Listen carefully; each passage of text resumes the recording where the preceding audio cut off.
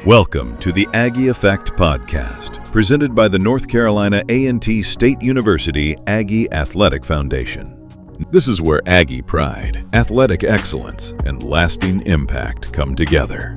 Each episode brings you closer to the student athletes, coaches, alumni, supporters, and leaders who are helping shape the future of Aggie athletics. Through their stories, we celebrate the tradition, perseverance, and excellence that define North Carolina A&T and explore how the support of Aggie Nation creates opportunities for our student athletes to succeed in competition, in the classroom, and throughout life.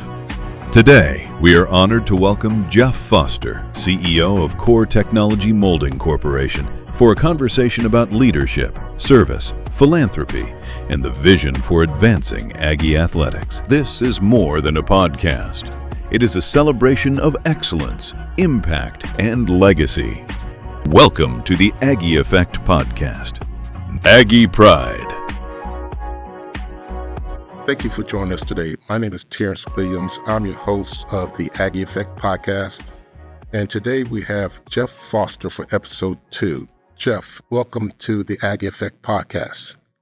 Very good. Thank you, Terrence. Thanks for having me. And thank you for hosting us at your facility here, Geoff, man. This is marvelous. I'm privileged to see you grow from your factory in High Point, North Carolina, to this brand new facility here off of 4085, man. This is beautiful. How long have you been here, Geoff?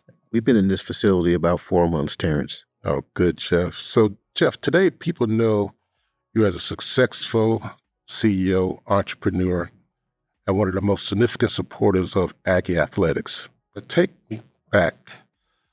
Who was Geoff Foster when he first arrived at North Carolina A&T? Yeah, Terrence, I would definitely say I was a shy introvert and definitely a follower. I was not as confident as I am today. And when I came down 85, I had one piece of luggage and coming from very humble beginnings. But yeah, very quiet, a little anxious. Going from New Jersey to the South was made me a little bit nervous, but I was very quiet. So you're originally from New Jersey. What brought you to North Carolina A&T, and how much did football influence that decision? So football was very influential in my decision-making process. I actually was an architectural engineering major, and that's how I started out at North Carolina A&T. But I had 3 uncles that played in the 60s at North Carolina A&T. So growing up, all I heard about was A&T and Aggie Football. So it was a really good fit for me, Terrence. I wanted to be an engineer, and I wanted to play football, and got recruited by Coach George Ragsdale. He actually recruited for the tri-state area. So I've known Coach Ragsdale for 40 years. He covered Philly, New York, and Jersey.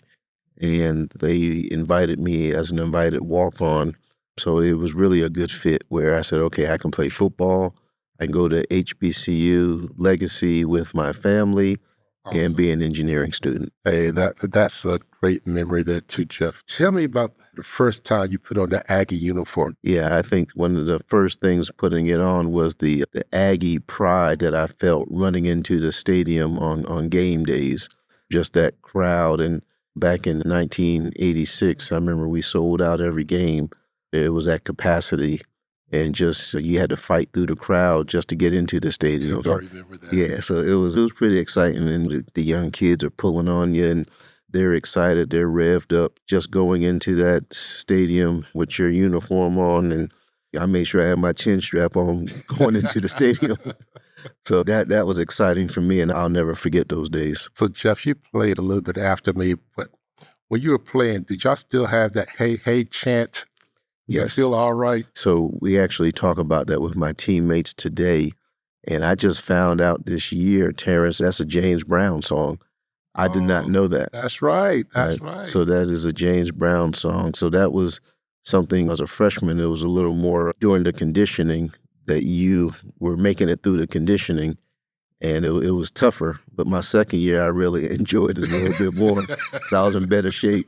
But yeah, we sang Hey, and I just found out from my teammates that's a James Brown song. Did not know that at all, Geoff. Was there a particular coach or teammate or professor or a moment at A&T that changed the trajectory of your life?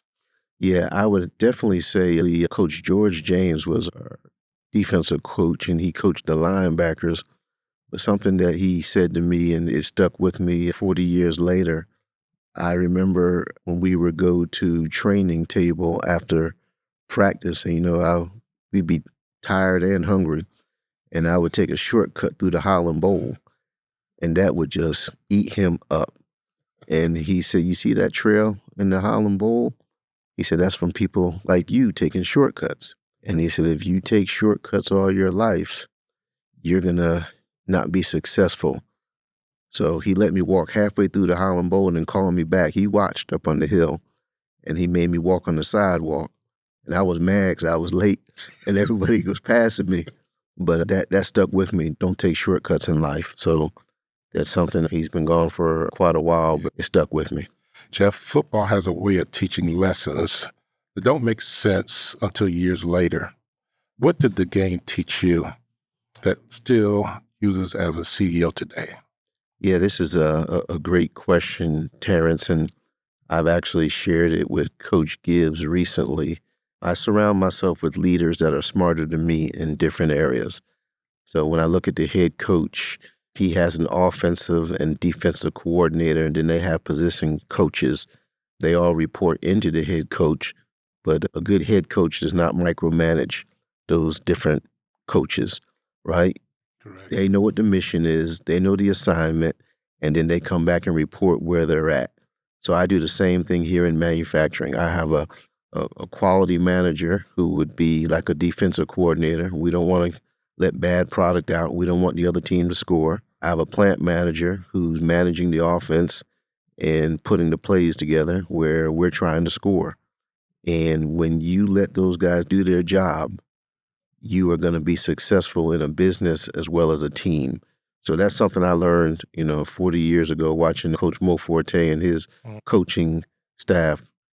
I use that today running this business. That's awesome, Geoff. Give me a Geoff Foster football story, one your former teammates would tell about you if that's sitting. So I'm not sure which one, Terrence. So I think about some of the things, some of the fun that we had riding the bus down to Duke for a practice, or just some of the antics that would take place. And Plenty of them. There were plenty of antics back then. plenty of antics, even functions after a big win. So I can't think of one in particular at the moment. I'm sorry. I do understand, Geoff. So as an engineer moving into entrepreneurship, Geoff, you hold a patent for a component that's ultimately went into tens of millions of automobiles.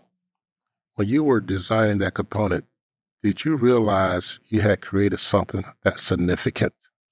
No, I didn't even have a clue, Terrence. I was working probably about 60 hours a week, going to school at night, getting my MBA, and it was just another problem I was trying to fix. And when the gentleman from Ford Motor Company called and told me that he thought I had a great idea and he thought I could get a patent with him, I thanked him and I hung up on him.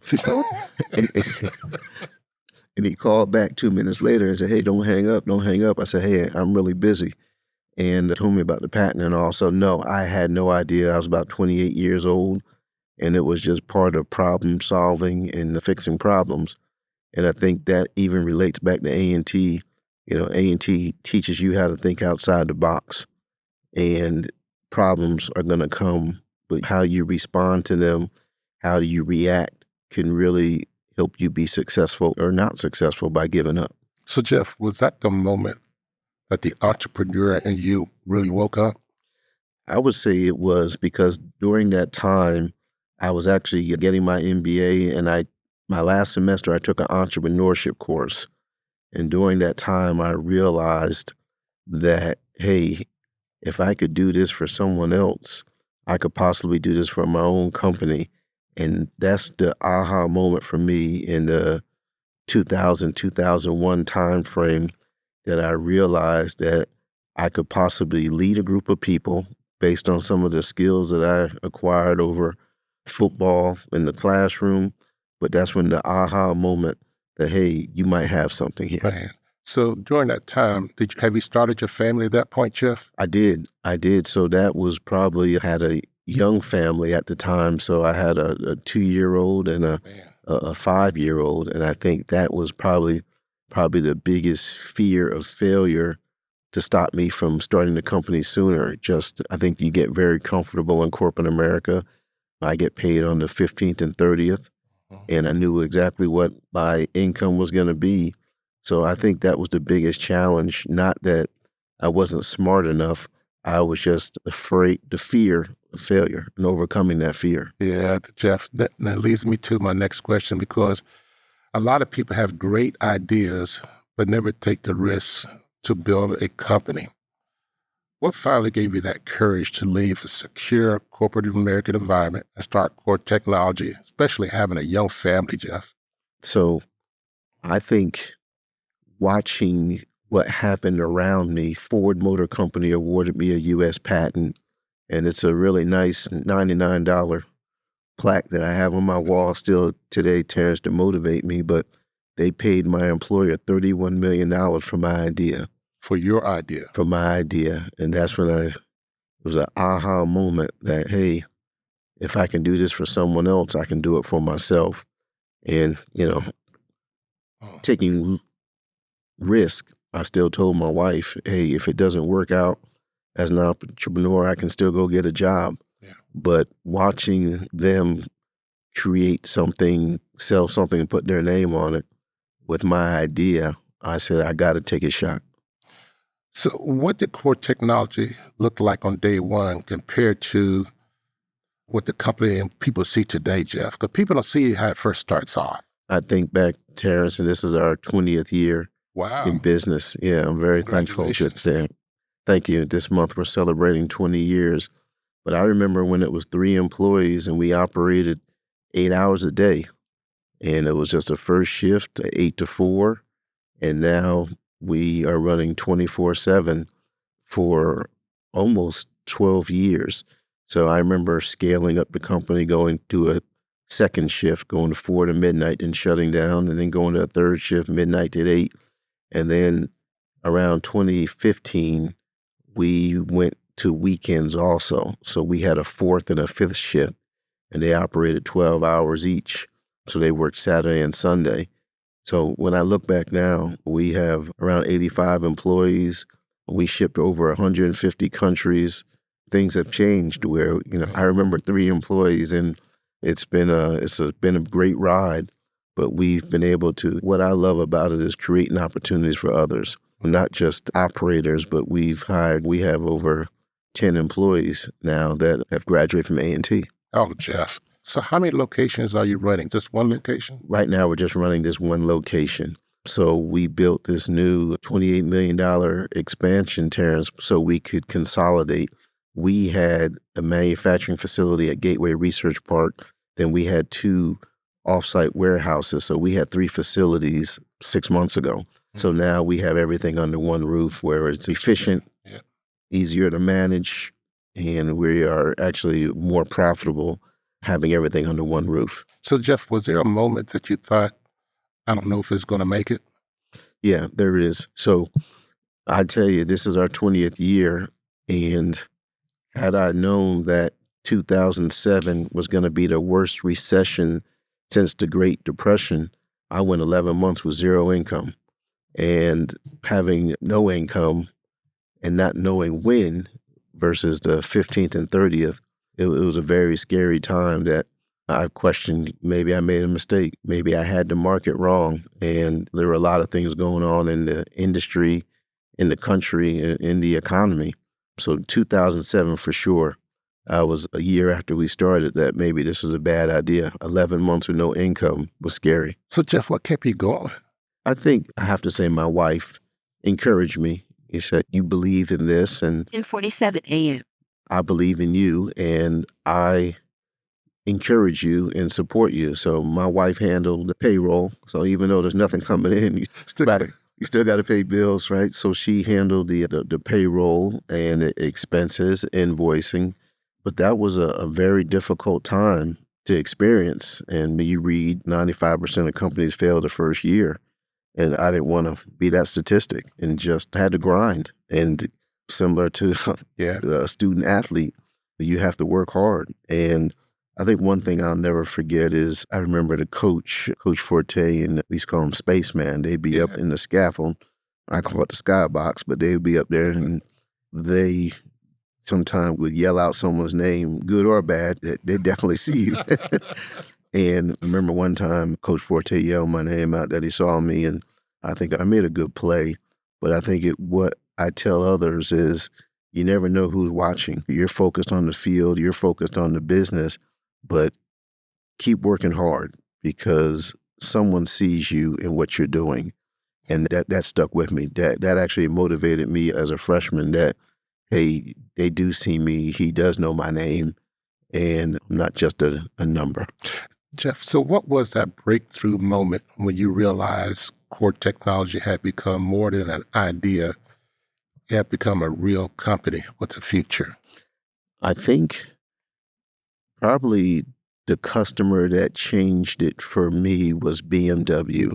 So back in 2012, we were awarded business with BMW for their X3, X4.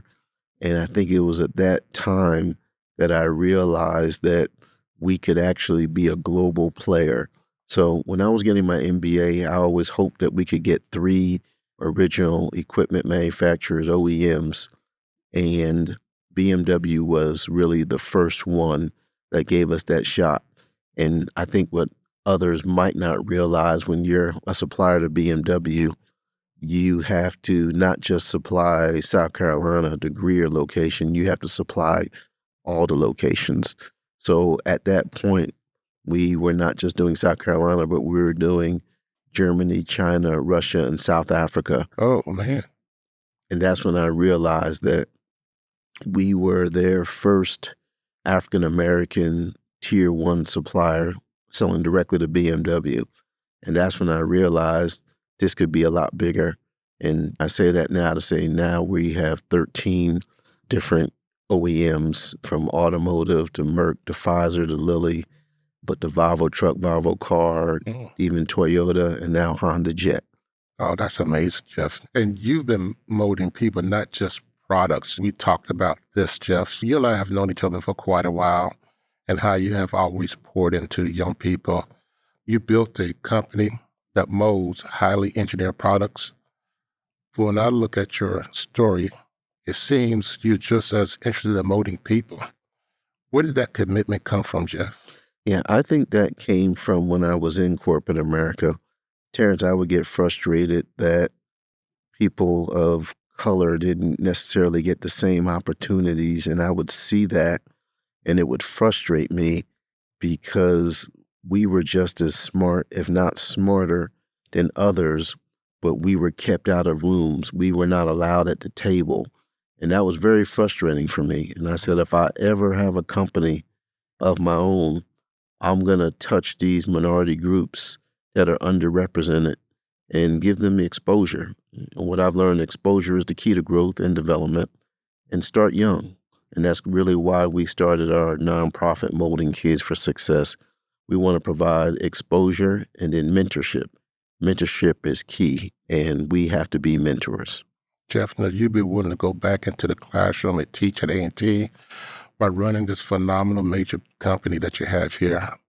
You know, why was teaching important enough for you to keep making time to do it? I love teaching, and I think it's one of those deeply embedded life interests for me. Just working closely with A&T, even over the last 20 years, we've created a talent pipeline where we have professionals here that have graduated from A&T, and they've moved into leadership roles, and where they get to travel the globe. One year, they went around the globe twice in 1 year. But we start out as internships. If they are successful, we invite them back for another internship and extend full-time offers. But there's so much talent at A&T, and I can't hire all of them. However, they are in my classroom, and I see their potential, and I want to give them opportunities. And are they going to stay here forever? Maybe not. However, we're going to give them opportunities, and we're going to be competitive. where it was not just a 401k or tuition reimbursement, but now we do profit sharing where all of our employees get a percentage of their salary in another check that they don't have to put money into. So I want to reward, but I want to be competitive where they see value in working for another Aggie. So when an A&T student walks into core technology today, do you ever see a little bit of young Geoff Foster in them? I do. And I smile. And sometimes people ask me what's so funny. And I said, no, I hear some of the questions and I see the ambition and it motivates me. It excites me. But I got to tell you, these guys coming out of school now, out of A&T, are way smarter than I was. Oh, man, absolutely. They are way smarter than I am. And I'm impressed. They're focused. They ask good questions and they think outside the box, not just, no, I can't do it. Let me think about it for a minute and let me get back to you. So what opportunities do you think these young people are overlooking in advanced manufacturing and STEM, Geoff? We just walked through your lab where you're teaching the summer camps. So do you think they're missing anything or do you have a good grasp of this? Yeah, I think if anything, they're overlooking. I think they want to be entrepreneurs, but I think they might be thinking too small. I think they should be thinking about being an entrepreneur on a global level in manufacturing, possibly offshore, not just North Carolina, not just the United States. I think they are smart enough to have a global operation. Man. So if a 20-year-old young Aggie came to you today and said, Mr. Foster, I want to become an entrepreneur, what would be the first thing that you would tell them, Geoff? I would tell them to do their homework about whatever industry and find that target market and then network with other majors and surround yourself with people smarter than you. So don't just build a business model around a room full of engineers, right? Get some supply chain, get some business in there, get some communications, get some marketing. Develop that pipeline of talent that can surround you because you can't be great in all of them. You can be good in a lot of them, but you can't be great. Look for greatness, look for excellence, and then you surround yourself with excellence. You're smart enough to be comfortable not being the smartest person in the room. And I know you've heard this before. If you're the smartest person in every room, you're in the wrong room. In the wrong room. And Geoff, these young kids today, they're driven by social media. So what is something about entrepreneurship that social media gets wrong, completely wrong, Geoff? Yeah, social media really concerns me. When I ask a student why they want to be an entrepreneur, they said, hey, I want to take 5 weeks vacation and I want to be my own boss. And what they probably don't realize, social media doesn't show that starting up especially, you're going to work 80, 90 hours a week and possibly take no salary. I told you I didn't have a salary for 11 months. And those are the things social media doesn't show, the grind, the work that has to be put in. And it might not feel very rewarding starting out, but that's part of an entrepreneur and helping develop others and being selfless and putting others in front of you. So I made sure those 3 employees got paid before I got paid. And those are the things that social media doesn't show. They just show the bling and how I got rich, and they don't show the work that's involved. And that's the part that social media is shortchanging students or potential entrepreneurs. And Geoff, since I've known you, you have always poured into people and support different programs. And you and your wife have made a tremendous gift to A&T. So take me inside that conversation between you and Tanya. When did the two of you first seriously begin discussing making this transformational investment into A&T athletics? And I said investment, not a donation. And I think this actually goes back 5 years during COVID, Terrence, when Willie Dees had a fireside chat at his house and Chancellor Emeritus Harold Martin was there, and they actually planted the seed. And we said, let's give an endowment for one baseball player. So our son played baseball at North Carolina A&T. Let's give an endowment for a football player. And let's do an endowment for a graduate of the College of Science and Technology where I graduated and where I teach. And that's how it started 5 years ago. But as things progressed last year, we said, hey, we could touch a lot more people with a transformative gift. And this is when we found out that it was the largest gift for Aggie Athletics. So we did not know that, and that was not the goal to be the largest. It was just to support the mission, and that's supporting A&T athletics in their development in the classroom and in the sports arena. It started 5 years ago, but it really grew late last year. Late last year. And you could have supported hundreds of worthy causes. Why A&T athletics?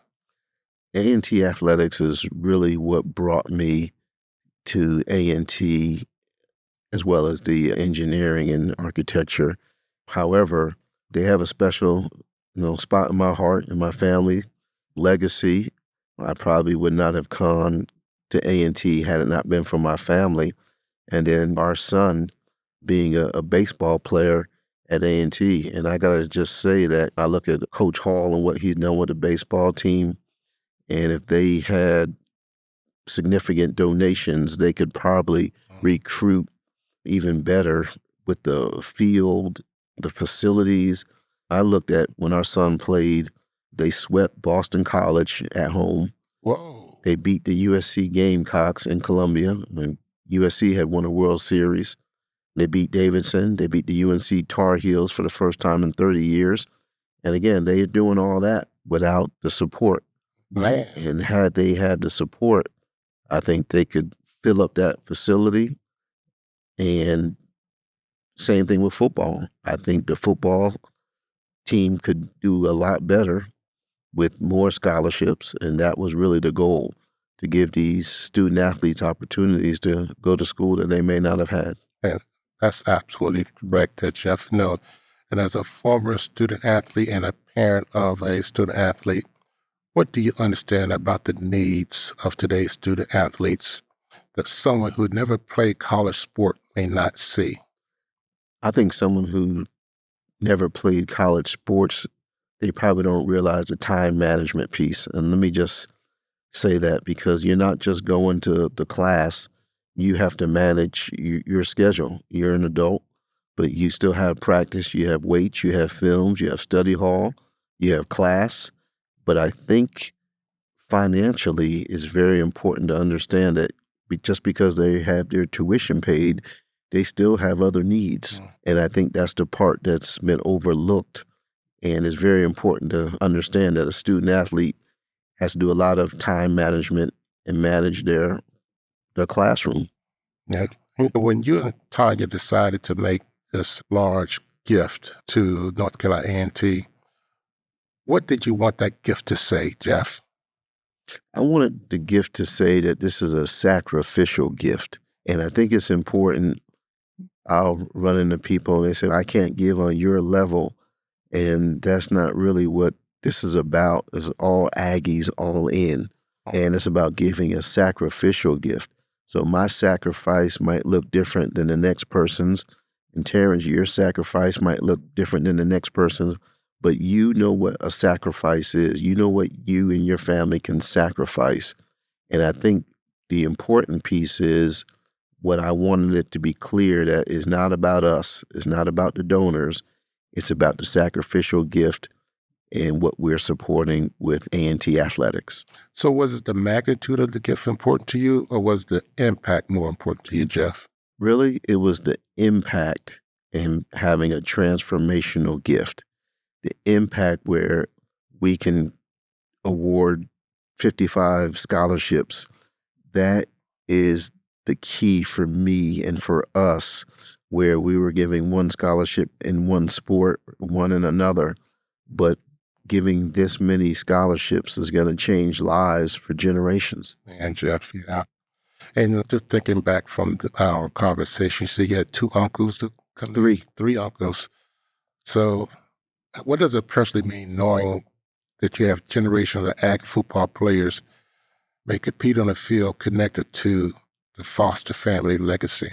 Yeah, it's very rewarding and it's a blessing, and especially because I'm still living. And I say that where my three uncles are not. And I am still able to see that, and my children are able to see that. So it's nice to smell the roses and know that what we're doing, and I can see the student athletes that are being touched, and they'll come up and say something, just how this has impacted them and it's going to impact their family.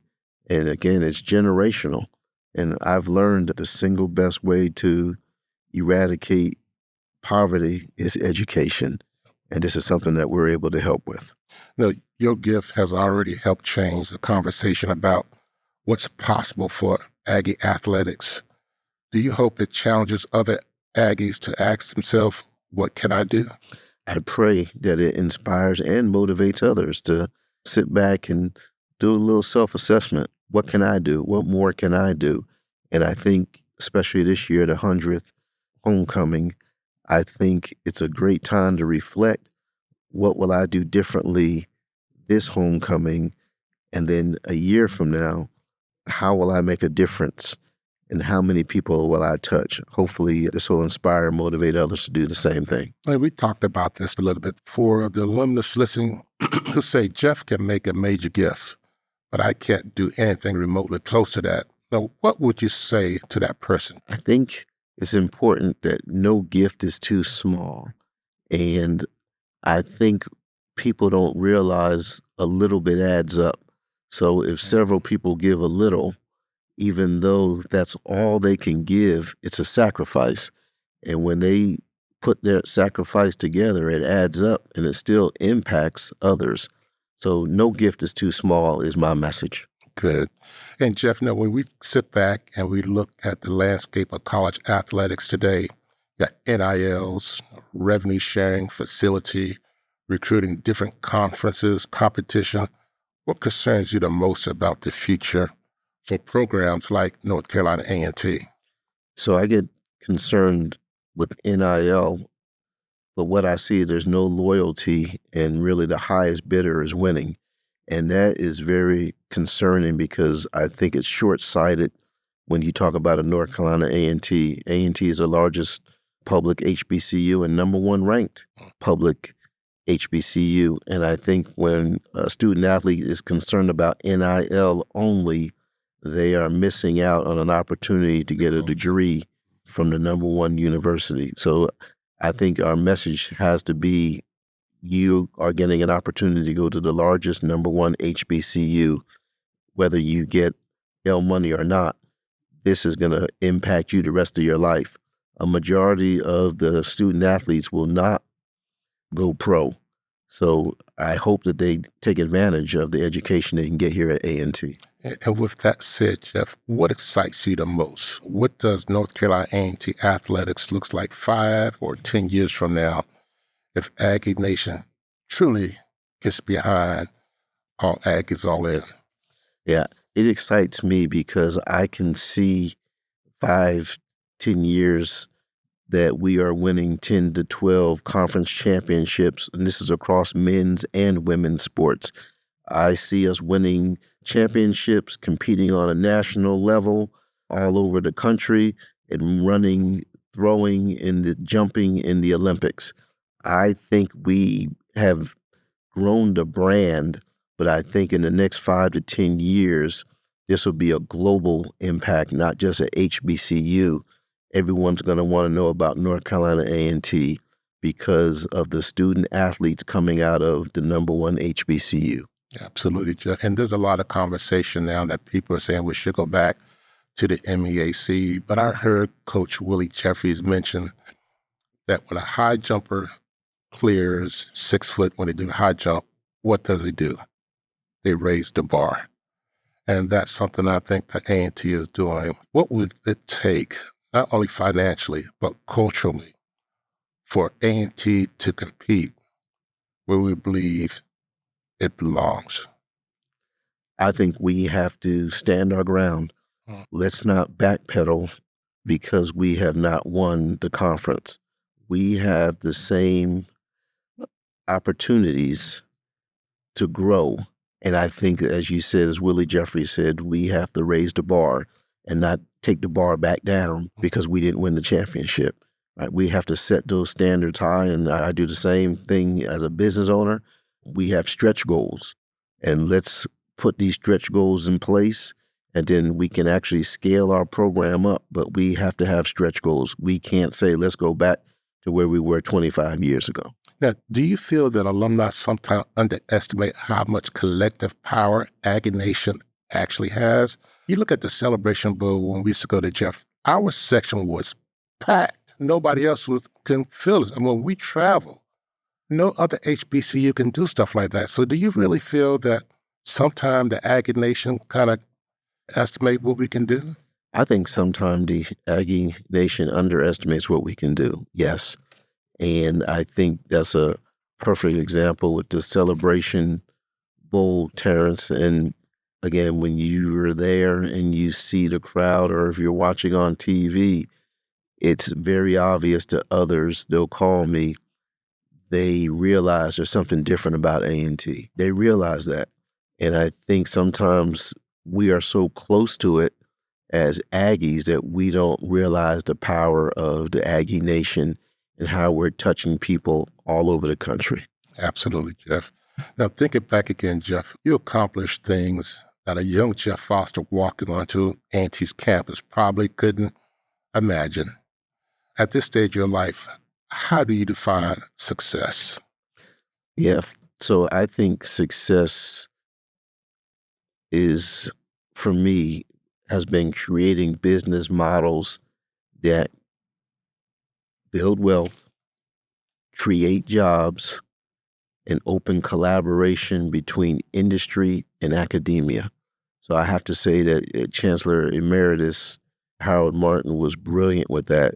When I told him my vision, he quickly understood it, but he understood how industry working together with the university could create opportunities. And now I look back and I just have to say he was brilliant, where now we are able to give back. We're hiring the students, creating opportunities, but helping the athletics.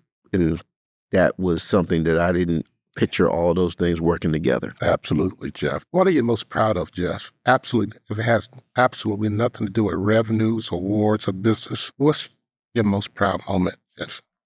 Yeah, I think one of the most proud is I came from a single parent home growing up. My father was an immigrant from Jamaica and was killed when I was in kindergarten by a drunk driver. Our life changed immediately when I was in kindergarten. And growing up in New Jersey, I got to tell you, most of my classmates, my friends, they didn't go to college. And it was not actually even encouraged because there were not role models there to say, hey, he went to college, she went to college. So going to college, starting a company, but I think more importantly, having a family, a wife of 34 years, watching 2 children grow up, go to college, and one works for the company, our son Jeremiah, in business development. That's what I'm most proud of, just coming from humble beginnings and having my one piece of luggage driving down 85. Man, that's awesome, Geoff. We talked a lot about you, Geoff, but this story is also very much about Tanya, your wife. What role has she played in the journey and in the man sitting here today? Yeah, so I would definitely say, as far as the business, we had started out with three employees. I was out trying to drum up business, and she has a BS in nursing, but she was handling the payroll for me, the benefits, and now she's over safety and environmental. But having her, she would say that she's behind the scenes. She is doing things that have to get done, need to get done, that she is. I'm not necessarily good at doing. I'll be honest with you, she has the patience, and she actually does our employee motivation and retention. She's over that as well. And she'll probably say there's a couple more hats she wears that I didn't mention. And we know she does. Yeah. And we just got back from our employee appreciation trip. So she coordinates that every year. We just got back from the Dominican Republic. Last year was Jamaica, but every year she coordinates this for all the employees. Some of them bring their spouses, but she's been behind the scenes where we have the lowest turnover rate in Guilford County. It's less than 2%. Yeah. But I have to say she's part of that. She's very instrumental, and she's measuring that. And I think those are the things that help us be successful that everybody won't see. They'll see Geoff Foster out front, and they won't realize she's behind the scenes getting these things done. Yeah, absolutely, Geoff. And we can't leave out your son, Jeremiah, who is also an Aggie and former, like you said, a student athlete. What does it mean to you to have that relationship with A&T has now become part of your family story? Yeah, I think that's, and I have to say, Terrence, a dream come true. I remember last year I told my wife every student athlete would love to give back to their university, and then I get the opportunity to have our son work side by side. That's remarkable. That's remarkable, and that's exciting for me. So that's another Aggie, and he's getting to see us give back where he's going to continue that tradition. I have no doubt it's not something that I'm going to have to say, hey, we should really help A&T. He's already there. He's an Aggie. He's a student athlete, and this is going to be generational. Hey, Geoff, I remember the conversation we had when you were telling me that Jeremiah was learning Chinese. I looked at you. I said, Geoff, he doesn't know what he has lined up for you. Yeah, he didn't realize. Isn't he fluent in Chinese? He is. He can read and write Mandarin. So, yeah, we've made trips to China, to Hong Kong together and with our team, but he leads the team. And it's amazing to watch him communicate with China. And it's exciting because as a leader, we're not just wanting to be the best advanced manufacturing in Greensboro. We want to be the best in the world. And I think it's that mindset is let's be the best in the world. So, Geoff, when it's all said and done, what do you hope Geoff Foster's Aggie Effect will be? I think the hope is that it sparks sacrificial giving, because I think there's others who could give and can continue to give and help the program, help the school. We're the number one HBCU, and it's not lucky, right? It was intentional. This is planned, and I think we have to do the same thing for our athletics. We got to support them. It's not going to just happen haphazardly. I think hopefully Geoff Foster Aggie Effect will lead to others giving sacrificially every year. Absolutely, Geoff. Real quickly, Geoff, I got the lightning round here. Okay. So I'm going to put some of your teammates on the spot. The toughest teammate you ever practiced against, Geoff? By far, Stony Polite out of Atlanta, Georgia. Oh, so bad. Engineering or entrepreneurship?